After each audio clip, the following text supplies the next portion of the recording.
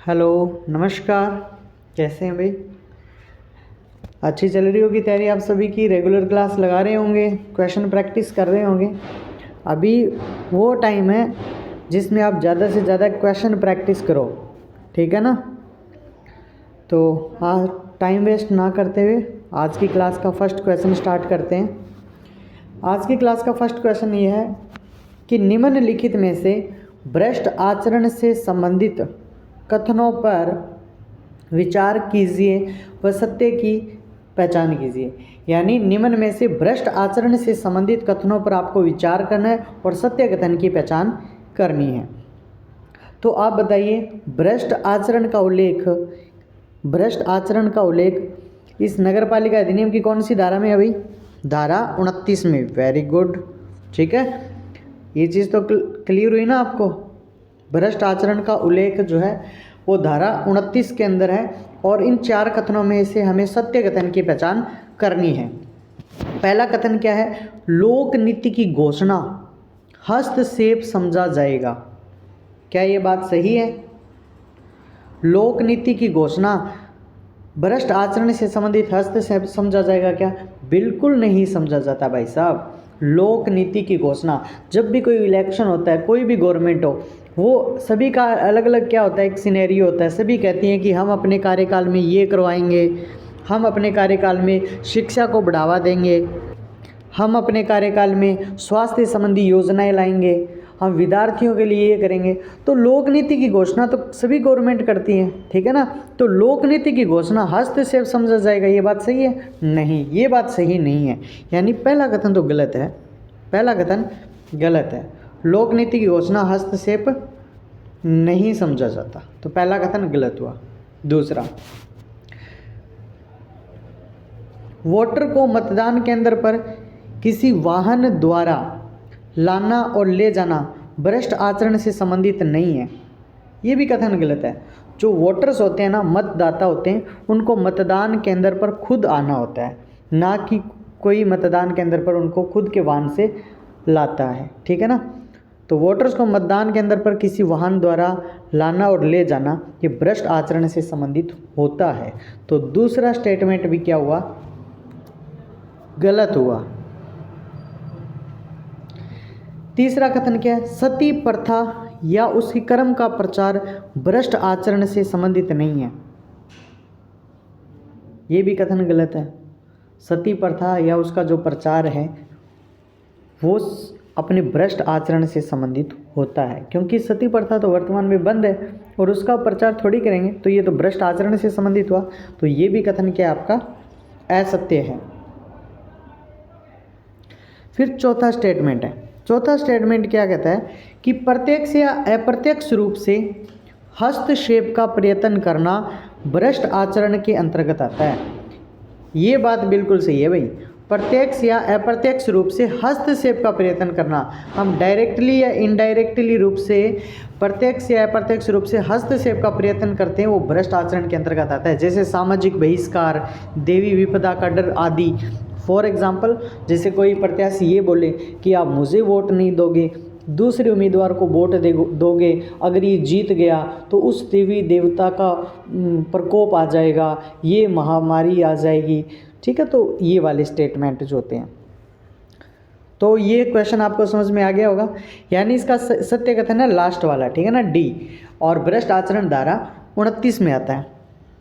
चलते हैं अपने अगले प्रश्न की तरफ। समझ में आया होगा ये? ठीक है। अपना अगला क्वेश्चन क्या है? अपना अगला क्वेश्चन है कि निम्नलिखित में से किस व्यक्ति से सहायता लेने पर वह भ्रष्ट आचरण के अंतर्गत आता है? पुलिस बल के सदस्य से भ्रष्ट आचरण के अंतर्गत। ये क्या बोला? निम्न में से किस व्यक्ति से सहायता लेने पर वह भ्रष्ट आचरण के अंतर्गत नहीं आएगा। यानी किस व्यक्ति से सहायता लेना भ्रष्ट आचरण के अंतर्गत नहीं आएगा? पुलिस बल के सदस्य से नहीं, ये स्टेटमेंट तो गलत है भाई। पुलिस बल के सदस्य से, पुलिस से हम सहायता लेंगे तो वो भ्रष्ट आचरण के अंतर्गत ही आएगा ना इलेक्शन में। तो पहला स्टेटमेंट गलत है, ठीक है। दूसरा पढ़ो, राजपत्रित अधिकारी से, ये भी गलत है। राजपत्रित अधिकारी से भी सहायता लेना भ्रष्ट आचरण के अंतर्गत आता है। आबकारी अधिकारी से, इनसे भी सहायता लेना भ्रष्ट आचरण के अंतर्गत आता है। इनमें से कोई नहीं, बिल्कुल ये स्टेटमेंट सही है, इनमें से कोई नहीं, ये सही हो जाएगा। ठीक है, चलते हैं अब अपने अगले प्रश्न की तरफ। अगला प्रश्न क्या कहता है, निर्वाचन याचिका कितने समय में दायर की जा सकती है। निर्वाचन याचिका, आप मेरे को बताएं कि निर्वाचन याचिका जो होती है वो संविधान क्या, नगरपालिका अधिनियम की कौन सी धारा में है भाई, धारा 31 में है। सारा दिन क्या पॉलिटी पढ़ाते रहते हैं ना, तो इसलिए वो नाम आ ही जाता है संविधान वाला। ये नगरपालिका अधिनियम 2009 पढ़ रहे हैं। तो बताइए निर्वाचन याचिका कितने समय में दायर की जा सकती है। पहले तो आप ये बताइए निर्वाचन याचिका जो है संविधान ये नगरपालिका अधिनियम की कौन सी धारा में है। निर्वाचन याचिका नगरपालिका अधिनियम की धारा 31 में। पहली बात तो ये, ठीक है, पहली बात आपको क्या याद रखनी है, निर्वाचन याचिका नगरपालिका अधिनियम की धारा 31 में है। और ये जो निर्वाचन याचिका है, ये निर्वाचन याचिका निर्वाचन के 1 माह के भीतर आपको क्या है दायर करनी होगी। निर्वाचन के 1 माह के भीतर आपको दायर करनी होगी। तो कथन आपका बी सही है। ओके, चलिए अपने अगले प्रश्न की तरफ। और अपना अगला प्रश्न आ गया, बताइए आप कमेंट किया करो भाई, क्वेश्चन का लेवल कैसा है, आपको समझ में आ रहा है या नहीं आ रहा। क्वेश्चन तो लेवल है ना, क्वेश्चन का लेवल क्या है ये मैं आपको अब नहीं बोलूँगा कि मैंने पढ़ा है उसका लेवल क्या है। जिस दिन आप एग्ज़ाम दे के आओगे ना, उस दिन आपको खुद पता चल जाएगा। और एक एक क्वेश्चन का प्रूफ दूंगा मैं आपको कि ये मेरी क्लास से आए हुए क्वेश्चन है। ठीक है, अपनी किसी के साथ प्रतिस्पर्धा नहीं है, ठीक है, लेकिन अपना कंटेंट है मोर देन सफिशिएंट। आप खुद से भी पढ़ते हो और भी अच्छा है, क्लास लगा रहे हो उससे भी अच्छा है। ठीक है, चलो अब अपने इस प्रश्न को पढ़ते हैं। निर्वाचन याचिका दायर करने के आधार से संबंधित सत्य कथन की पहचान कीजिए। यानी आप निर्वाचन याचिका कब दायर कर सकते हैं, उसका क्या आधार है, निर्वाचन याचिका दायर करने का क्या आधार है, उससे संबंधित आपको सत्य कथन बताना है। ठीक है, कौन सा कथन बताना है, सत्य कथन। तो सत्य कथन बताना है, तो पहला कथन क्या है, कोई नामांकन अनुचित रूप से खारिज किया गया हो। मान लो कोई नामांकन था, इलेक्शन के टाइम आपने नामांकन दाखिल किया और उस नामांकन जो दाखिल आपने किया था उसको अनुचित रूप से खारिज किया हो, यानी उसको खारिज करने का कोई आधार नहीं था। सब वो जो नामांकन आपने दाखिल किया था वो पूर्ण रूप से सही था, उसको खारिज करने का कोई आधार नहीं था, तो भी उसको खारिज कर दिया, तो आप क्या कर सकते हो, निर्वाचन याचिका दायर कर सकते हो। तो पहला कथन सही है, कोई नामांकन अनुचित रूप से खारिज किया गया हो तो निर्वाचन याचिका दायर की जा सकती है। ठीक है, तो पहला स्टेटमेंट सही है। सेकंड स्टेटमेंट है, उम्मीदवार निर्वाचन की तारीख को निर्धारित था। इसका मतलब है जो उम्मीदवार है वो निर्वाचन की तारीख को अयोग्य था। निर्वाचन की तारीख को कोई व्यक्ति या उम्मीदवार अयोग्य होगा तो हम निर्वाचन याचिका दायर कर सकते हैं, यानी दूसरा स्टेटमेंट भी सही है। तीसरा स्टेटमेंट, किसी मत को अनुचित रूप से ग्रहण, नामंजूर या खारिज करके, मान लो कोई मत था उसको अनुचित रूप से ग्रहण कर लिया, उचित रूप से नहीं अनुचित रूप से ग्रहण कर लिया, नहीं करना था, या फिर उसको किसी मत को नामंजूर कर दिया हो, ठीक है, या फिर उसको खारिज कर दिया हो, तो भी आप निर्वाचन याचिका दायर कर सकते हैं। यानी इसका मतलब हुआ सभी सत्य हैं, इसका मतलब हुआ सभी कथन सत्य हैं। ठीक है, चलते हैं अपने अगले प्रश्न की तरफ। क्लास तो डेली ले रहे हो ना आप, वैसे ना एक बहुत सूचना है आपके लिए, मेरे को आपका रिस्पांस बहुत अच्छा मिल रहा है। जो मैं क्लासेस डाल रहा हूँ उसको बहुत सारे बच्चे क्लासों को देख रहे हैं, रिस्पांस भी आपका अच्छा आ रहा है, तो इसके लिए आप सभी का बहुत बहुत धन्यवाद। ठीक है, आपका प्यार और सपोर्ट मेरे प्रति ऐसा ही बना रहे, कभी इस विश्वास को टूटने नहीं दूंगा। ठीक है ना, और आने वाले टाइम में आपके लिए और भी बहुत बढ़िया बढ़िया क्लासें लेके आएंगे। आज संडे था तो फिर भी मैंने सोचा क्यों ना क्लास मिस नहीं करेंगे, संडे हो या कुछ भी हो, क्लास मिस नहीं करनी, क्लास ज़रूर लेनी है।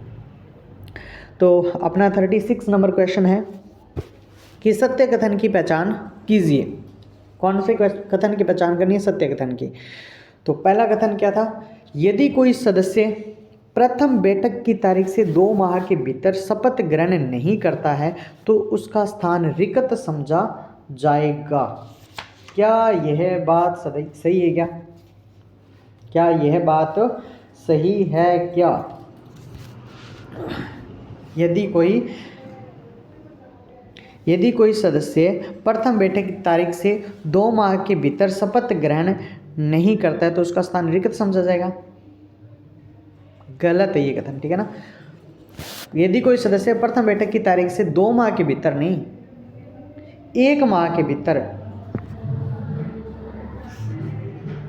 ठीक है ना, 1 माह के भीतर अगर शपथ ग्रहण नहीं करता है तो उसका स्थान है वो रिक्त समझा जाएगा। ये स्टेटमेंट गलत हो गया भाई। 2 माह समय गलत है, 1 माह समय होता है, ठीक है। तो पहला स्टेटमेंट गलत। दूसरा, यदि कोई सदस्य अपना त्यागपत्र लिखित नोटिस में अध्यक्ष को दे सकता है, कोई सदस्य अपना त्यागपत्र लिखित नोटिस में अध्यक्ष को दे सकता है, क्या ये कथन सही है क्या? बताइए।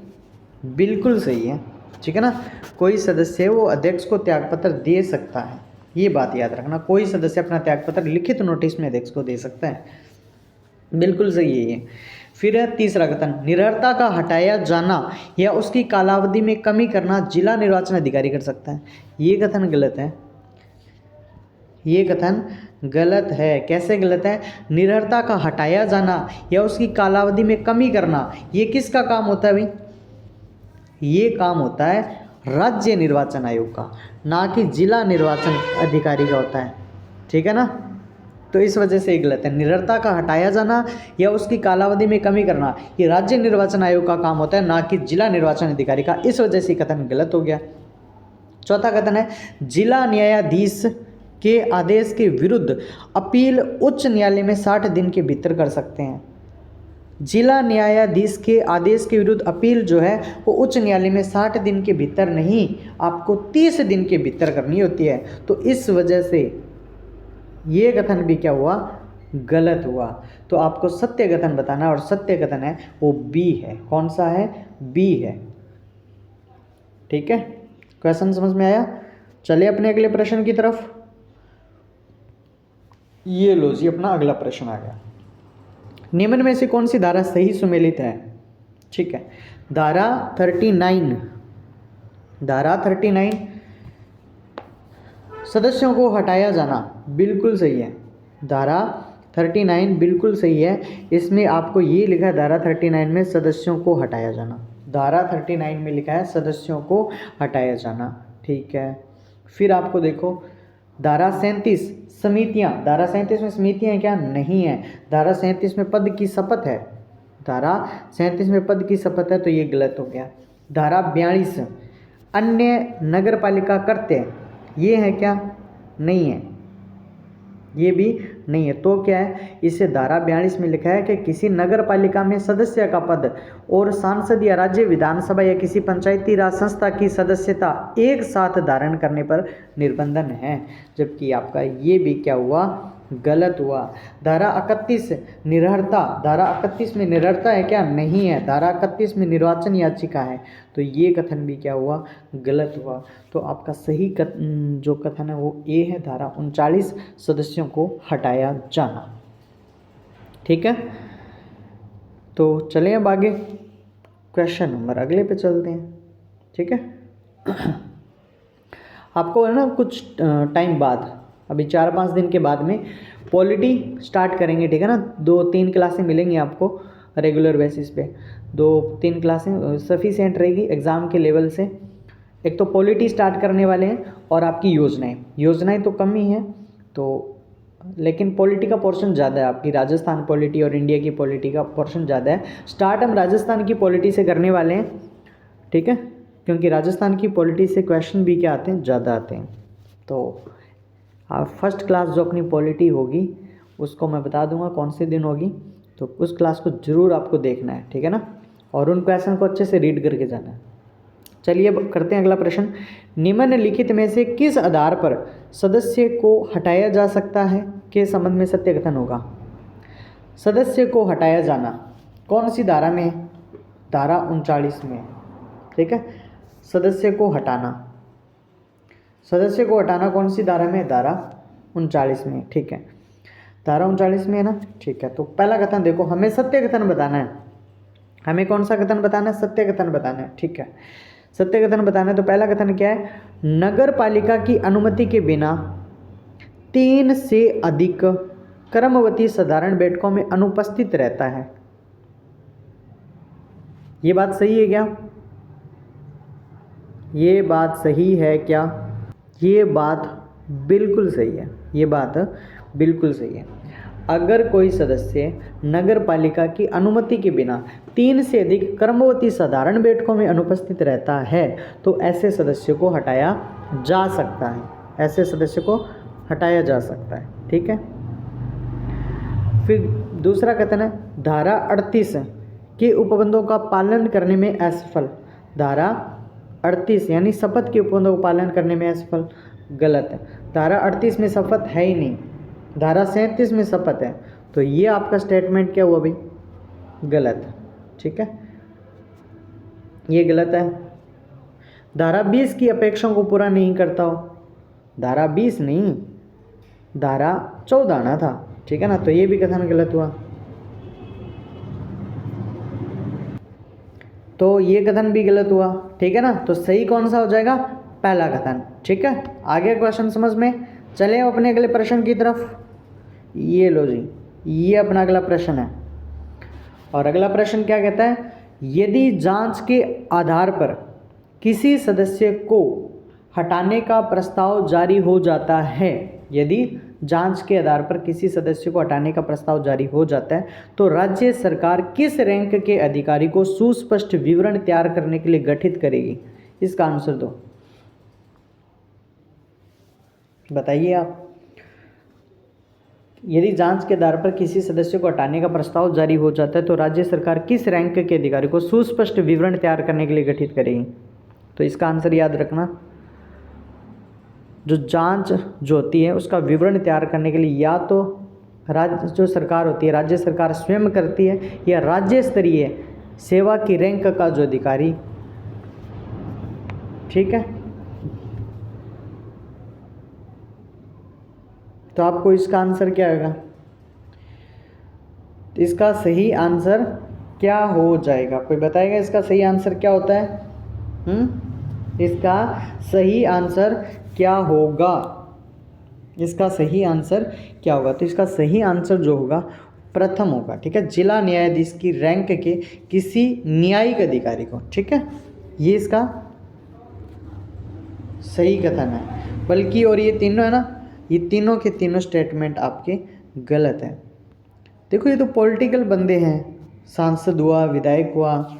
ठीक है, तो ये तो रिपोर्ट बना ही नहीं सकते, विकास अधिकारी को तो वैसे ही नहीं दिया जाता। ठीक है, जांच का कथन, तो ये इस वजह से गलत हो गया। तो आपका सही आंसर होगा जिला न्यायाधीश की रैंक के किसी न्यायिक अधिकारी को। ठीक है, चले अगले प्रश्न की तरफ।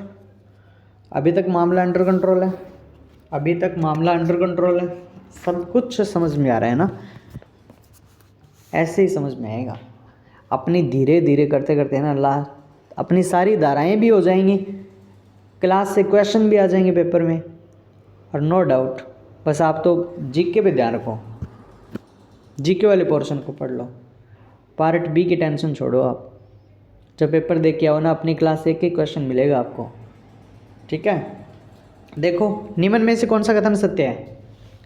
नगर निगम के अध्यक्ष को सभापति कहा जाता है। क्या ये बात सही है क्या? क्या यह बात सही है क्या?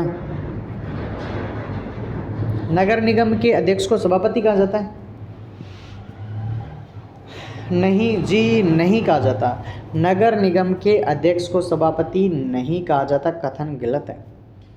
नगर परिषद के अध्यक्ष को महापौर कहा जाता है? नहीं कहा जाता, कथन गलत है। ठीक है, धारा 43 में, धारा 43 में प्रत्येक नगर पालिका में एक अध्यक्ष और एक उपाध्यक्ष होगा के बारे में बताया गया। बिल्कुल सही बात है, धारा 43 में ये बात बताई गई है। ठीक है, ये बात सही है। धारा 43 में प्रत्येक नगर पालिका में एक अध्यक्ष एक उपाध्यक्ष होगा, इसके बारे में बताया। अध्यक्ष के पद हेतु SC ST OBC व महिलाओं के लिए आरक्षण का प्रावधान नहीं है, ये कथन गलत है। ठीक है ना, SC ST OBC और महिलाओं के लिए आरक्षण का प्रावधान है, फिर वो किसी का इलेक्शन लड़ रहे हैं। ठीक है ना, तो ये क्वेश्चन आपको समझ में आ गया। अब मैं आपको कुछ याद करवा देता हूँ, कुछ चीज़ें वो याद रखना है। जो नगर पालिका बोर्ड होता है ना, उस नगर पालिका बोर्ड का जो मुखिया होता है उसको अध्यक्ष कहते हैं। नगर परिषद का जो मुखिया होता है उसको सभापति बोलते हैं। नगर निगम जो होता है उसका जो मुखिया होता है उसे महापौर बोलते हैं। ठीक है, नगर पालिका के मुखिया को अध्यक्ष, नगर परिषद के मुखिया को सभापति, नगर निगम के मुखिया को महापौर बोलते हैं। ठीक है, आपको याद है ना इतना कुछ। और जो आरक्षण की बात है ना, SC ST OBC और महिलाओं को, चाहे वो किसी का भी चुनाव लड़ रहे हैं, चाहे वो अध्यक्ष पद के लिए या सदस्य पद के लिए, उनको आरक्षण जरूर दिया जाएगा। ठीक है ना, इसमें चौथा कथन लिखा नहीं कि अगर वो अध्यक्ष के पद हेतु इनको आरक्षण का प्रावधान नहीं है, ये कथन गलत है पूर्णतः। ठीक है, ये ध्यान रखना भाई। ये अपनी आज की क्लास का अंतिम प्रश्न है और इजी सा है। आज की क्लास का अंतिम प्रश्न और इजी सा प्रश्न। ठीक है, और आज की क्लास का जो प्रश्न है ये क्या कहता है, निम्न में से कौन सा विकल्प सही सुमेलित है। सही सुमेलित कथन बताना है आपको, और सही सुमेलित कथन बताना है ना, तो देखो सही सुमेलित धारा 45 मुख्य नगर पालिका करते हैं, क्या ये बात सही है। धारा 45 है उसमें मुख्य नगर पालिका करते हैं, ये बात बिल्कुल सही है। ठीक है, और जो स्टेटमेंट है ना वो आपकी गलत है। क्यों गलत है देखें। इसने पूछा कि धारा 46 सरकार द्वारा समूह निर्देशित करते हैं, ये है क्या धारा 46 में, नहीं है। धारा 46 में अन्य नगर पालिका के करते हैं, इस वजह से ये स्टेटमेंट गलत है। ठीक है, गलत हो गया। धारा 47 अन्य नगर पालिका करते हैं, धारा 47 में नहीं है अन्य नगर पालिका करते हैं। धारा 47 में है सरकार द्वारा समूह निर्देशित करते हैं। ठीक है ना, तो ये स्टेटमेंट भी आपका क्या हुआ, गलत हो गया। और सही कौन सा हो गया, फर्स्ट, धारा 45 मुख्य नगर पालिका के करते। और ये अपनी आज की क्लास का अंतिम प्रश्न था। तो आपको मैं शेड्यूल बता देता हूँ भाई। ठीक है, वैसे तो आपको एक शेड्यूल जब भी आएगा आपको बता दिया जाएगा। शेड्यूल ये है कि इस क्लास के साथ साथ हम पॉलिटी के पोर्शन कोर्स स्टार्ट करने जा रहे हैं अभी 1-2 दिन में, तो उसको जो उसका शेड्यूल होगा वो आपको बता दिए जाएंगे। और आज की क्लास कैसी लगी कमेंट करके ज़रूर बताना है, और क्लास को ज़्यादा से ज़्यादा शेयर करना है। ठीक है ना, क्लास को अच्छे से आपको देखना है, इसका देखने के बाद आपको रिवीजन करना है। और अगर अभी तक भी आपने तैयारी नहीं की है ना, बिल्कुल भी तैयारी नहीं की, बिल्कुल भी जीरो तैयारी है आपकी बी पार्ट की, तो इन क्लास को अच्छे से पढ़ जाओ। और जो चीज़ मैं आपको बीच बीच में बता रहा हूँ एक्स्ट्रा क्वेश्चन में, वो याद कर लो। ठीक है, नो डाउट क्वेश्चन आपको क्लास में मिल जाएंगे। ठीक है, कल फिर मिलते हैं अपनी एक नई क्लास में। तब तक के लिए पीछे जितनी भी क्लासें हो चुकी हैं उनको देख लीजिए अच्छे से और याद कर लीजिए। Take care, bye.